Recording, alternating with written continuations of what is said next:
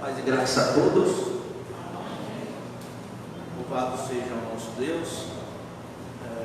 Gostaria de estar cumprimentando também os nossos queridos irmãos que estão em casa, estão nos acompanhando através da transmissão ao vivo, nossa página no Facebook. Que Deus abençoe. Chegou o momento de ouvirmos a palavra do Senhor. Gostaria de convidar para que vocês pudessem abrir comigo, por gentileza, a sua Bíblia no livro de Atos, capítulo número 10. Atos, capítulo número 10.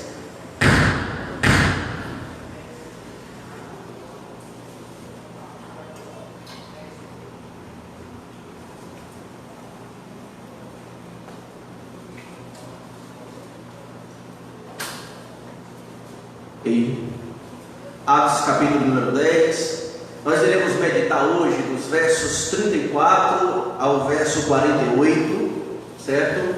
Aos irmãos que desejam acompanhar a série, a gente está fazendo essa série de mensagens no livro de Atos, e se os irmãos perderam alguma mensagem e queiram acompanhar ali, nós temos todas as ministrações no nosso canal do YouTube, tá bom? Canal da igreja, Primeira IPR Jequié, e lá tem todas as mensagens já que nós ministramos até aqui no livro de Atos, tá bom? Caso os irmãos queiram estar acompanhando. Um outro aviso é que nós iremos pausar a nossa série, nós iremos concluir o capítulo 10 agora à noite, e nós iremos pausar por 2 domingos, tá bom? E nós iremos retornar então em novembro. De onde paramos, já o capítulo 11, nós retornaremos aí no primeiro domingo de novembro, tá bom? Quantos acharam Atos capítulo 10, dos versos 34 a 48, digam amém. Diz assim a palavra do Senhor. Então Pedro começou a falar, agora percebo verdadeiramente que Deus não trata as pessoas com parcialidade, mas de todas as nações aceita todo aquele que o teme e faz o que é justo. Vocês conhecem a mensagem enviada por Deus ao povo de Israel, que fala das boas novas de paz por meio de Jesus Cristo, Senhor de todos. Sabem o que aconteceu em toda a Judeia, começando na Galileia, depois do batismo que João pregou, como Deus ungiu Jesus de Nazaré com o Espírito Santo e poder, e como ele andou por toda parte, fazendo bem e curando todos os oprimidos pelo diabo, porque Deus estava com ele. Nós somos testemunhas de tudo que ele fez na terra dos judeus em Jerusalém, onde o mataram, suspendendo-o no madeiro.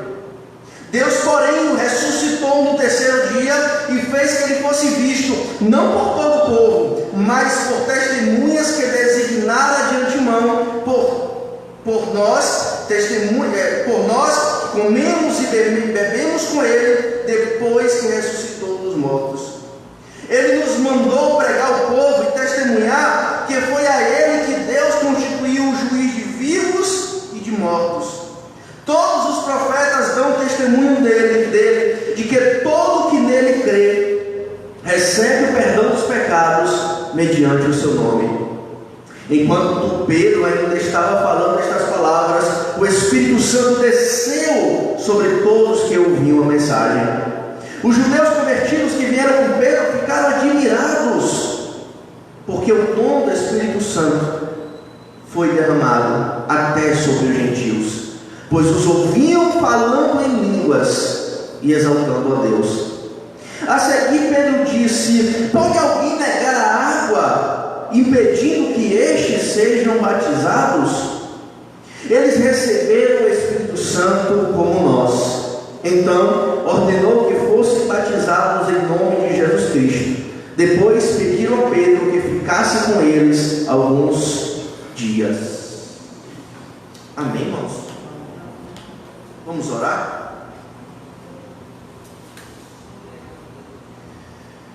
Deus amado, queremos te louvar nesta noite e te agradecer pela tua palavra, por esta porção das Escrituras. Te pedimos, Senhor, fala conosco através dela, fala com a tua igreja, porque nós necessitamos e somos carentes de ouvir a tua voz.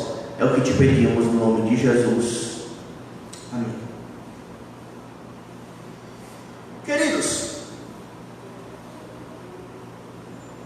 pelo poder do Espírito, gentios são aceitos do povo de Deus juntamente com judeus, mediante a fé em Jesus Cristo.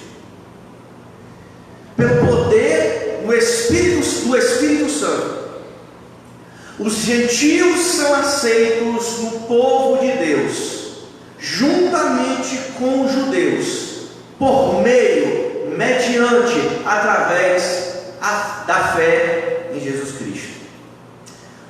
Imagine que você recebe um convite para uma festa, para uma grande e importante festa. A pessoa que lhe convida é alguém que você admira muito, é alguém que você tem alto conceito, e essa pessoa, ela, ao te convidar para a festa, ela te convida de forma particular, e isso acaba fazendo com que você pense que a festa será só para VIPs, ou seja, só para pessoas especiais. Você imagina, olha, ele me chamou no canto, me convidou, então é sinal que a festa é só para gente da nata, é só para pessoas VIPs, não é para qualquer um. Por isso que ele me chamou no canto para me convidar. Então você coloca a melhor roupa, você passa o melhor perfume, Dolce & Gabbana, Ferrari Black, Malbec, e você vai à festa. Chegando lá, realmente só há pessoas especiais, ou seja, só há pessoas bem conceituadas, aqueles que você gosta e admira. Gente da sua família está lá e também os seus amigos. Porém, a certa altura da festa, começa a chegar outros convidados. Gente de todo tipo. Muitos deles você não suporta e nem acha que são dignos de estar naquela festa. Então você fica surpreso, pois achava que aquela festa era só para pessoas especiais. Mas como está dando para perceber, isso foi um grande engano. Queridos, essa história que eu contei ilustra a obra de redenção do Senhor, como vemos nas Escrituras. Por exemplo, em Mateus capítulo 8, nos é relatado que Jesus ele fica admirado com a fé de um centurião romano em Cafarnaum. E diante da fé desse centurião que Jesus fica admirado, Jesus diz: digo-lhes a verdade, não encontrei em Israel ninguém com tamanha fé. Eu lhes digo que muitos virão do Oriente e do Ocidente e se sentarão à mesa com Abraão, Isaque e Jacó no reino dos céus. Jesus aqui está se referindo ao fim, quando em sua vinda, povos de todos os lugares do mundo se juntarão aos patriarcas de Israel no seu reino vindouro. E neste texto de Atos, que nós iremos meditar hoje, nós iremos ver uma antecipação disso que Jesus expressa através da vida de um outro centurião romano e da sua casa. É isso que nós iremos ver aqui, a antecipação daquilo que Jesus disse do que aconteceria no fim dos tempos, no seu reino vindouro. Ou seja, em outras palavras, Gentios são aceitos no povo de Deus, e isso causa surpresa nos judeus. Eu vou repetir porque você precisa gravar. Isso aqui é o cerne da mensagem de hoje no texto. Gentios são aceitos no povo de Deus, e isso causa surpresa nos judeus. Recapitulando aqui, Pedro está na casa de um oficial romano chamado Cornélio, na cidade de Cesareia. E ele foi até lá com alguns irmãos da cidade de Jope, obedecendo a uma visão de Deus. A gente viu aqui o pastor ministrando. E estando lá em Cesareia, Cornélio se juntou com a sua família e com alguns amigos, e eles pediram para que Pedro lhes anunciasse a mensagem de Deus. E através dessa mensagem que Pedro ministra, aqueles gentios são redimidos e se tornam parte da igreja de Cristo, o povo de Deus. Lembrando que gentios são todos os povos não judeus. Cornélio era um centurião romano, ele era um romano. Ali eram pessoas gentílicas. E Pedro prega a sua mensagem do Evangelho. E estes gentios são redimidos, são salvos e se tornam parte, membros da igreja de Cristo, ou seja, do povo de Deus.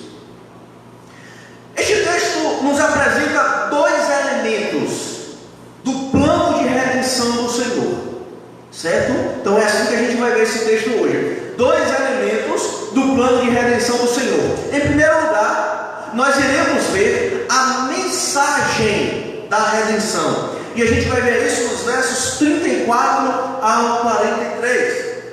Lucas, mais uma vez, irmãos, vai descrever o sermão de Pedro, que é essencialmente a mesma mensagem que ele vem pregando aos judeus. Ou seja, que Deus trouxe, essa é a mensagem de Pedro, Deus trouxe redenção através do seu Filho Jesus Cristo.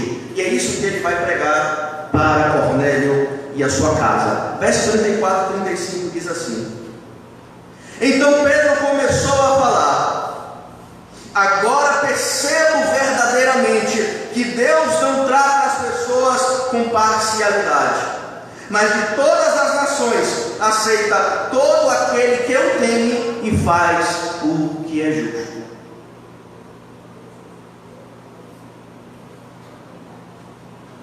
Pedro, irmãos, inicia a sua pregação reconhecendo que a graça de Deus está disponível a todos os povos, não só aos judeus. E isso será confirmado no final da passagem, que a gente vai chegar lá ainda. Mas por hora é importante entender que Pedro reconhece isso. Todavia, querido, desde o chamado de Abraão, Deus já demonstrara que seu plano de redenção incluía alcançar os gentios, e que Israel seria o meio pelo qual Deus alcançaria os gentios. Há textos do Antigo Testamento que nos relatam essa intenção de Deus. Jesus também informou isso aos seus discípulos, ao dizer que eles seriam testemunhas dele, não só em Jerusalém, não só na Judeia, não só em Samaria, mas até aos confins da terra. Apesar de que possa ser que com essas palavras de Jesus, os discípulos entenderam que Jesus estava se referindo a judeus que estavam espalhados por todo o mundo. Pode ser que os discípulos pensaram isso, mas a intenção de Jesus, que é a mesma intenção que Deus sempre teve, foi de também alcançar os gentios com esta mensagem de redenção. Porém, queridos, mesmo com tudo isso, os apóstolos e os demais judeus cristãos ainda possuíam resistência e dificuldade em entender isso. Então, por esta ocasião na casa de Cornélio, a ficha de Pedro finalmente cai. Aqui que está o negócio. A ficha de Pedro finalmente cai. Afinal, foi o próprio Deus quem mandou Pedro anunciar o Evangelho a um romano. Então Pedro percebe qual é o plano de redenção do Senhor. E nos versos 36 a 38, Pedro continua dizendo: vocês conhecem a mensagem enviada por Deus aos povos de Israel, que fala das boas novas de paz por meio de Jesus Cristo, Senhor de todos. Sabe o que aconteceu em toda a Judéia, começando na Galileia, depois do batismo que João pregou? Como Deus ungiu a Jesus de Nazaré com o Espírito Santo e poder, e como ele andou por toda parte, fazendo bem e curando todos os oprimidos pelo diabo, porque Deus estava com ele. Pedro, queridos, então começa a anunciar aquilo para o qual foi chamado. Ou seja, dar testemunho daquilo que viu e ouviu de Jesus. Aqui Pedro fala da mensagem a mensagem da boa notícia, ou seja, a boa notícia enviada por Deus primeiramente aos judeus. É isso que Pedro diz. Ele deixa claro que a boa notícia de Deus é que a paz veio por meio de Jesus, o Messias. E esse Jesus, diz Pedro, é Senhor de todos, não só dos judeus. E é interessante, queridos, que o Império Romano prometia uma paz para as nações que o Império conquistava. Era chamada Pax Romana. Os romanos conquistavam nações, povos, e eles prometiam uma paz debaixo de um jugo, debaixo de um domínio. E por que é interessante? Porque Pedro está dizendo para um oficial do exército romano que a verdadeira paz vem de Deus, por meio de Jesus, não através de César, não através do imperador, mas de Deus através do seu Filho Jesus. E ele está falando isso para um oficial romano, do exército romano. Em sua pregação, Pedro fala sobre a vida, obra, morte e ressurreição de Jesus. A gente vai ver aqui ao longo do texto.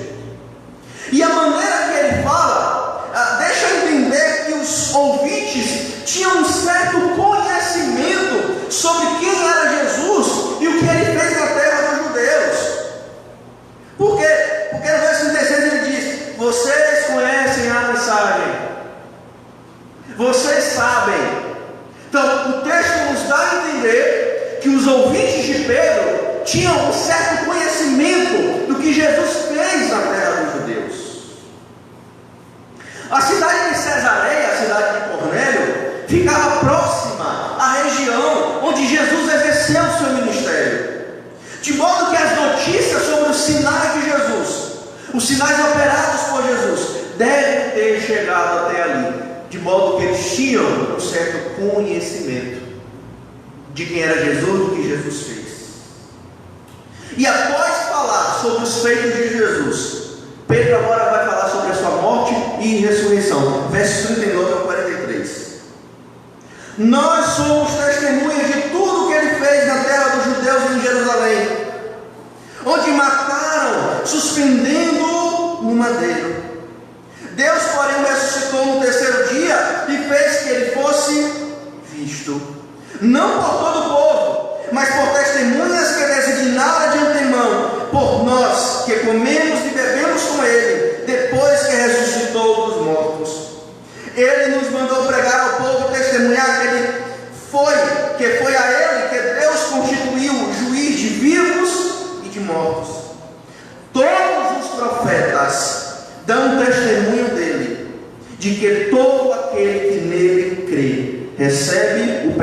perdão dos pecados mediante o seu nome. Queridos, Pedro enfatiza que ele é uma das testemunhas das obras de Jesus entre os judeus, bem como da sua crucificação em Jerusalém. Suspendendo madeira é a cruz, ele está se referindo à cruz, porque a cruz era feita de madeira nesta época, e ele está dizendo: eu sou testemunha daquilo que Jesus fez, e sou testemunha da sua crucificação. Porém, Pedro prossegue e diz que Jesus foi ressuscitado por Deus. Ele também era uma testemunha não só dos seus feitos, não só da sua morte, mas também da sua ressurreição. E visto, queridos, que a ressurreição não era algo de crença comum naquela época, como não é hoje, Pedro afirma para os seus ouvintes que Jesus foi visto por ele e outros que inclusive comeram e beberam com Jesus ressurreto. As palavras de Pedro aqui, queridos, são duplamente chocantes para os seus ouvintes. Por quê? Como se já não bastasse Pedro asseverar que ele e outras pessoas viram Jesus vivo depois de 3 dias de morto. Agora Pedro diz também que Jesus comeu e bebeu com eles.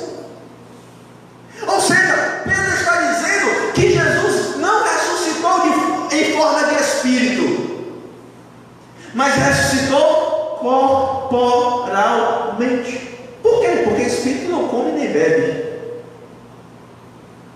Se Jesus comeu e bebeu, é porque ele ressuscitou em corpo. Isso aqui é um escândalo, irmãos. Isso aqui é impensável, o que Pedro está falando para aqueles gentios. É impensável, queridos. E a outra coisa espetacular nas palavras de Pedro, ele está dizendo para um oficial romano, preste atenção nisso aqui. Pedro está dizendo para um oficial do exército romano que o poderoso e grandioso Império Romano não conseguiu derrotar o judeu Jesus. Porque quem matou Jesus, a pedido dos judeus, foram os romanos. Era o poderio dos romanos. Os romanos impunham medo e domínio através do poderio do seu exército. E Pedro está dizendo para um oficial, não é qualquer soldado não, um oficial do exército, que o grandioso Império Romano, o pomposo Império Romano, o temível Império Romano não conseguiu derrotar um nazareno chamado Jesus. Aleluia. É isso que Pedro está dizendo para Cornélio e para a sua casa. E então, queridos, Pedro diz que Jesus comissionou as suas testemunhas a anunciar que ele foi colocado por Deus em uma posição de julgar a todos, vivos e mortos. Agora, queridos, uma coisa importante aqui: aqueles a quem Jesus apareceu após ressuscitar, creram nele e se tornaram sua testemunha. Isso aqui fica claro. Todos aqueles que Jesus apareceu ressurreto, creram nele e se tornaram sua testemunha. O último que a gente viu foi Paulo, e vai ser o último mesmo, tá? Ninguém mais vai ver o Jesus ressurreto até a sua vinda, é claro. Então desconfie se alguém está dizendo que viu. Então todos que viram Jesus ressurreto se creram nele e se tornaram sua testemunha. Agora, Jesus não apareceu a todos, disse Pedro, mas aqueles que o viram foram enviados por Jesus para testemunhar do que viram. Porém, queridos, na vinda do nosso Senhor, todos o verão. Todos o verão ressurreto. E aqueles que não creram na mensagem, aqueles que não creram neste testemunho, ao verem Jesus vivo, lamentarão profundamente. Ao verem Jesus. Queridos, e após isso, Pedro diz que os profetas do Antigo Testamento deram testemunho de Jesus. Deram testemunho testemunham que no Messias há plena redenção dos pecados. Agora é importante que, como Pedro não está falando aos judeus, que conheciam bem o Antigo Testamento, Pedro não se importa em dar muita ênfase nas profecias sobre o Messias aqui. Porque ele não está falando para judeus. Não faria muito sentido ele enfatizar muito isto. Apenas Pedro diz o cerne, o mais importante: aquilo que foi predito sobre a pessoa e obra de Jesus, ou seja, perdão, remissão de pecados no seu nome. Agora, irmãos, nós podemos aprender com este primeiro ponto aqui. Em primeiro lugar, nós aprendemos que através de Jesus a inimizade entre nós e Deus foi desfeita. Nós temos paz com Deus por meio do seu Filho. Através de Jesus, irmãos, o poder do diabo foi vencido, o pecado foi vencido, a morte foi vencida, tudo que era contra nós foi vencido pela morte e ressurreição de Jesus. Que diremos, pois, diante dessas coisas? Se Deus é por nós, quem será contra nós? Aquele que não poupou o seu próprio Filho, mas entregou por todos nós, como não nos dará juntamente com Ele de graça todas as coisas? Disse Paulo em Romanos capítulo 8, verso 31 e 32. E é esse mesmo Jesus, queridos, que voltará para julgar vivos e mortos.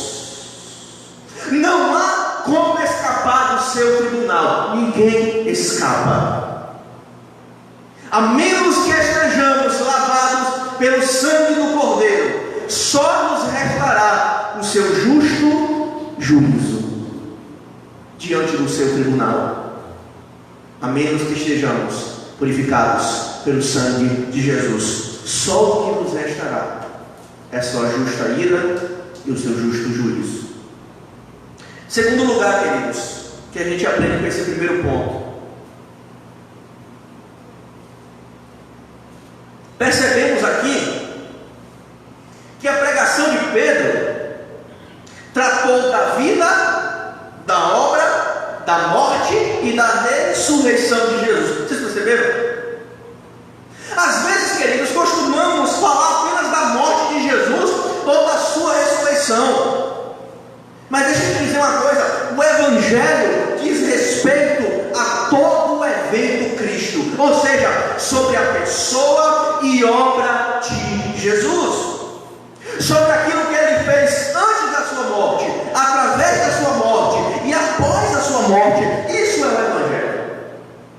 É tudo que diz respeito a Jesus. Todos os aspectos da vida de Jesus constituem a boa notícia de Deus para nós.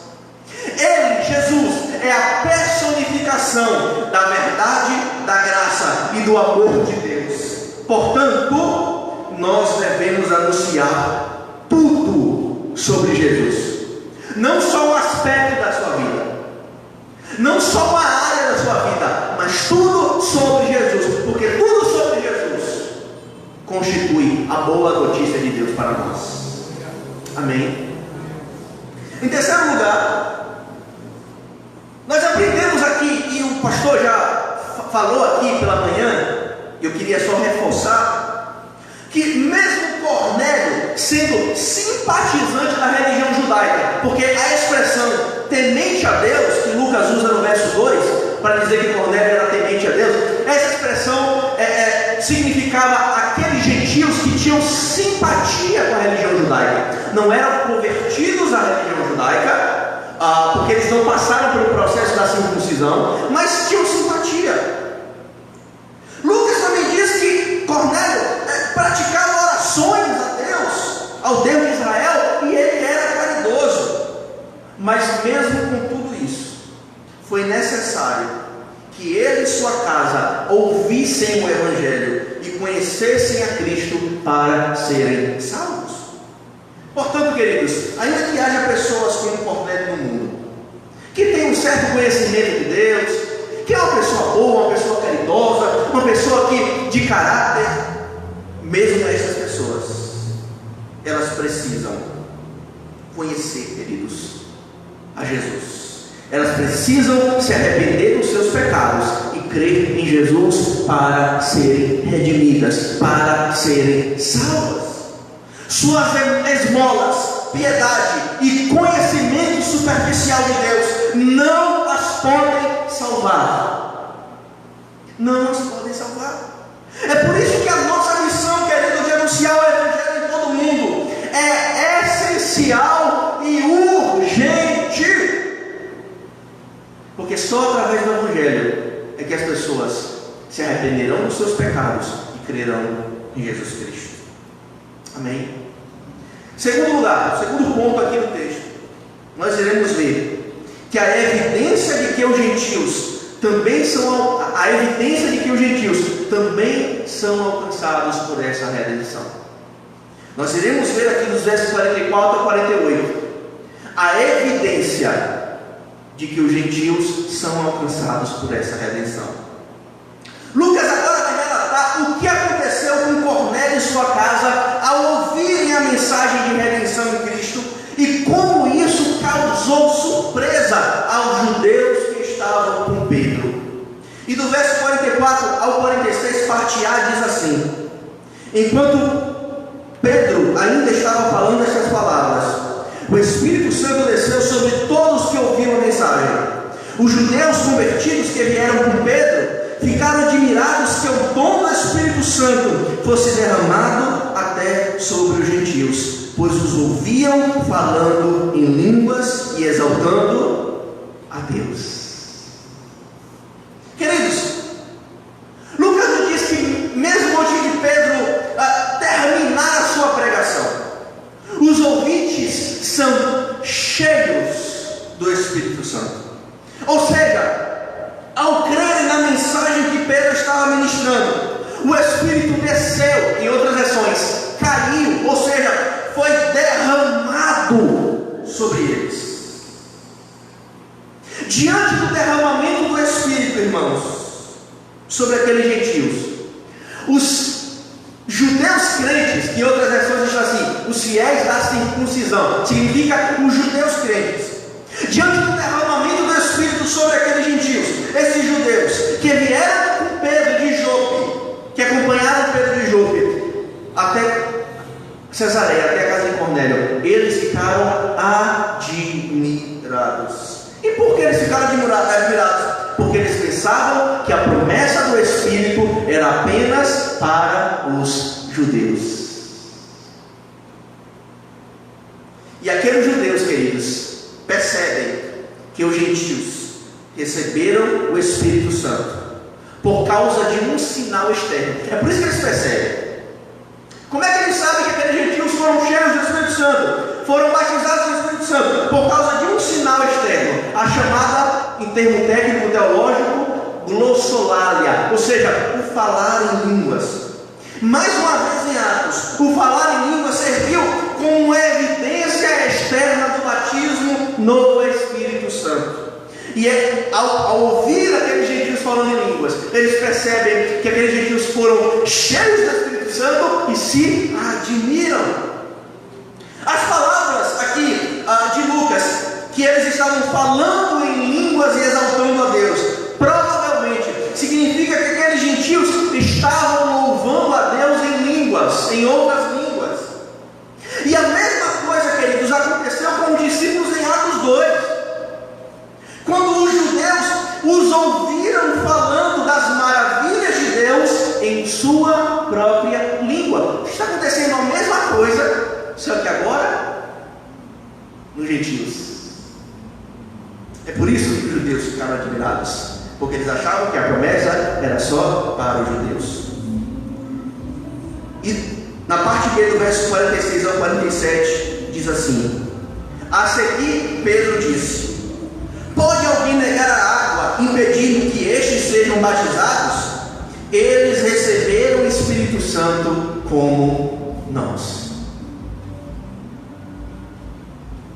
Irmãos, diante de tudo isso, Lucas diz que Pedro questiona se pode ser negado o batismo para aqueles gentios. Ele está questionando os seus colegas judeus, tá?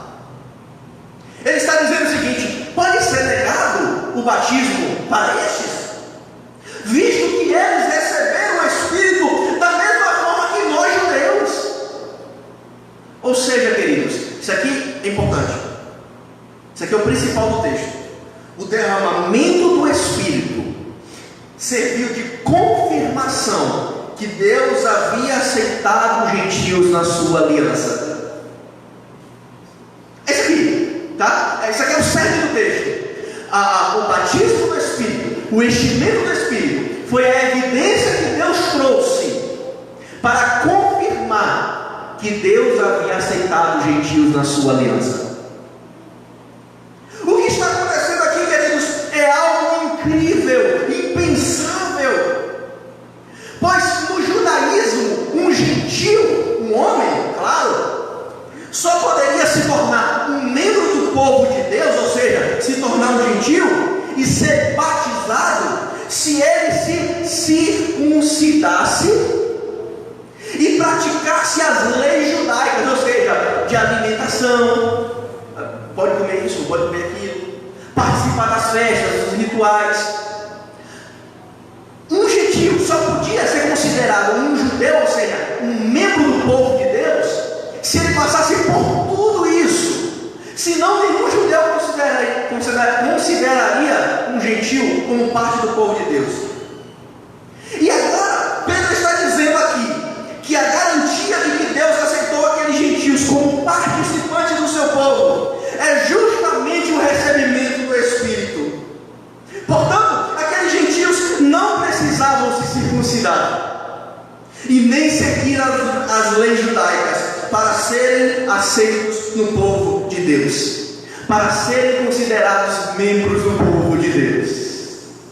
Não precisavam. A evidência é o Espírito Santo. Deus os aceitou assim, sem circuncisão, sem seguir lei judaica.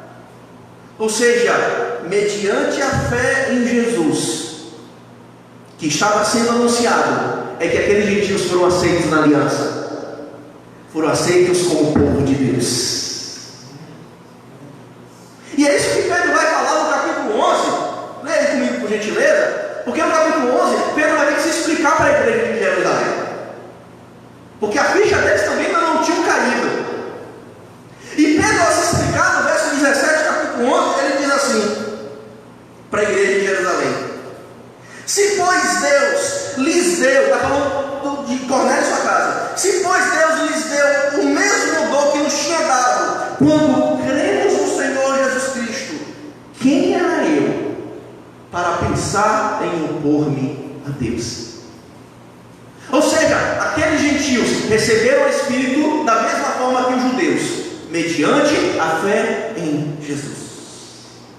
Agora, queridos, isso aqui é importante eu falar, porque isso não significa que para definirmos quem é salvo e quem não é, é preciso que a pessoa seja batizada no Espírito. Tá? Em algumas igrejas, o critério que diz se alguém é salvo ou não é se ele é batizado no Espírito, inclusive com falar em línguas. Tem igrejas que ensinam isso, que se alguém não falar em línguas, ele não é salvo, porque ele não é batizado no Espírito Santo. Agora, isso não é um ensino oficial da igreja, é uma crença popular, é um ensino popular. Mas a minha esposa veio de uma igreja da cidade onde ela morava, que se dizia que se não fosse batizado no Espírito e nas águas, não seria salvo. E como a única evidência para eles de ser batizado no Espírito era o falar em línguas, e como ela não falava em línguas, adivinhe, o medo de ir para o inferno era constante. Não é isso que o texto está nos ensinando. Não é para a gente pegar esse texto e falar: opa, quem fala em línguas aqui, salvo. Não fala não, enfim, então se tu não falar. Não é isso que o texto está querendo dizer, irmãos. Precisamos entender que essa manifestação foi necessária nessa época para que os judeus fossem convencidos por Deus de que os gentios também eram aceitos no povo de Deus e participantes da sua nova aliança em Jesus.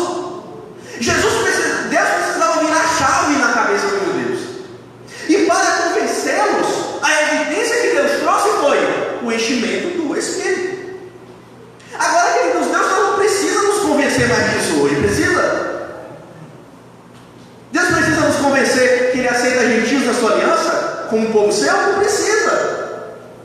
Agora, querido, lógico que todo cristão tem o Espírito Santo habitando em si. Mas o batismo no Espírito em Atos se refere a um revestimento de poder. Então o que isso quer dizer? Que pode ser que há um crente que não seja batizado no Espírito ainda, mas isso não quer dizer que ele não tenha o Espírito habitando em si, porque todo cristão tem o Espírito Santo habitando em si. Porque o batismo no Espírito em Atos é um revestimento de poder, principalmente para dar testemunho, para pregar o Evangelho. E no verso 48, Lucas encerra essa sessão dizendo: então ordenou que fossem batizados em nome de Jesus Cristo. Depois pediram a Pedro que ficasse com eles alguns dias. É interessante aqui, queridos, que Pedro, para poder batizar, que no judaísmo precisava circuncidar, seguir as leis, Pedro fala: não precisa nada disso. A evidência que eles foram aceitos por Deus é o batismo do Espírito, é o enchimento do Espírito. Agora, isso não faz com que Pedro despreze o batismo. Isso é interessante. Não foi necessário o batismo para eles serem aceitos, mas é porque eles foram aceitos foi necessário o batismo. Percebe? Então, a circuncisão não é necessária, porque senão Pedro falaria: olha, eles foram aceitos, agora circundem os homens. Não, mas o batismo sim, porque o batismo é uma ordenança de Jesus na nova aliança. E Lucas, queridos, encerra essa sessão dizendo que, amando de Pedro, Cornélio e sua família e amigos são batizados nas águas. E isso mostra que os apóstolos comumente não batizavam os convertidos, mas outras pessoas se batizavam, porque Pedro não batiza, ele manda que fosse batizado. Isso é interessante, né? Porque a gente vê uns líderes hoje manipuladores que centralizam tudo em si, que se colocam como o vigário de Cristo, o único representante de Cristo na terra, e eles centralizam tudo para si: não, eu tenho que fazer, porque eu tenho a graça, eu tenho o poder. E Pedro está dizendo aqui que Pedro nem se preocupou em batizar, disse só: batizem eles. E assim como aconteceu em Jope, queridos, Pedro ficou um tempo ali na casa de Cornélio, morando com os gentios, algo que era impensável para os judeus. Os judeus não poderiam entrar na casa de gentios. Pedro entra, Pedro prega e Pedro fica alguns dias lá. A ficha de Pedro caiu, irmãos. A ficha de Pedro caiu. E nós temos aqui a comunhão de judeus e gentios como participante de um mesmo povo, ou seja, o povo de Deus. Amém? O que a gente aprende então com esse segundo ponto? Em primeiro lugar, queridos, nós somos gentios. Tem algum judeu aqui? Tem algum judeu, descendente de judeu? Que eu saiba, não. Nós somos todos gentios. Portanto, queridos, nós não éramos povo. A eleição de Deus, primeiramente, foi do povo de Israel. Os israelitas eram o seu povo separado e exclusivo. E a mensagem do Evangelho de perdão dos pecados, de restauração e reconciliação com Deus, foi pregada primeiramente aos judeus. É isso que Pedro diz no verso 36. Todavia, querido, o nosso Deus, que é cheio de amor e misericórdia, nos fez povo seu também. Ele nos fez gentios, Ele nos fez povo seu. O próprio apóstolo Pedro afirma isso ao se referir, ao se direcionar a gentios cristãos em sua primeira carta. Ele diz assim: vocês são geração eleita, sacerdócio real, nação santa, povo exclusivo de Deus, para anunciar as grandezas daquele que o chamou das trevas para a sua maravilhosa luz. Agora escute: antes vocês nem sequer eram povo. Isso aqui é para a gente também, tá? Escuta e toma para você, toma posse disso aqui. Antes vocês nem sequer eram povo, mas agora são povo de Deus. não haviam recebido misericórdia, mas agora receberam. Você pode adorar a este Deus por isso, queridos. Você não era povo, eu não era povo, mas Deus nos fez povo seu. Deus nos fez povo seu. Agora, queridos, isso não quer dizer que Deus nos resolveu nos incluir na sua aliança só porque os judeus rejeitaram Jesus. Porque tem gente que ensina isso. Porque os judeus rejeitaram Jesus, aí Deus falou assim: só por pirraça agora eu vou aceitar os gentios. Como se a gente fosse tipo um plano B de Deus, né? Não, queridos. Esse sempre foi o plano de Deus. Ou seja, sempre foi o plano de Deus redimir todo o mundo. E isso aconteceu através do seu Filho, o qual compartilhou a sua filiação com o Pai. Compartilhou conosco a sua filiação com o Pai. Amém. Segundo lugar, é necessário enfatizar, queridos, que Deus não tem dois povos, mas apenas um. Isso aqui é importante. Deus não tem dois povos, judeus e gentios. Deus tem apenas um povo.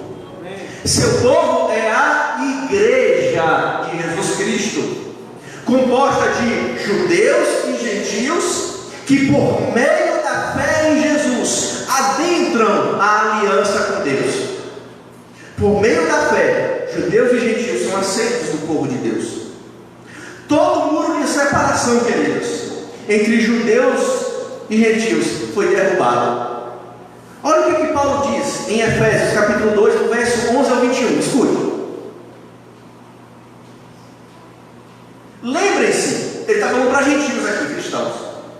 Lembrem-se de que anteriormente vocês eram gentios por nascimento e chamados incircuncisão pelos que se chamam circuncisão, feita no corpo por mãos humanas, e que naquela época vocês estavam sem Cristo, separados da comunidade de Israel, sendo estrangeiros contra as alianças da promessa, sem esperança e sem Deus no mundo.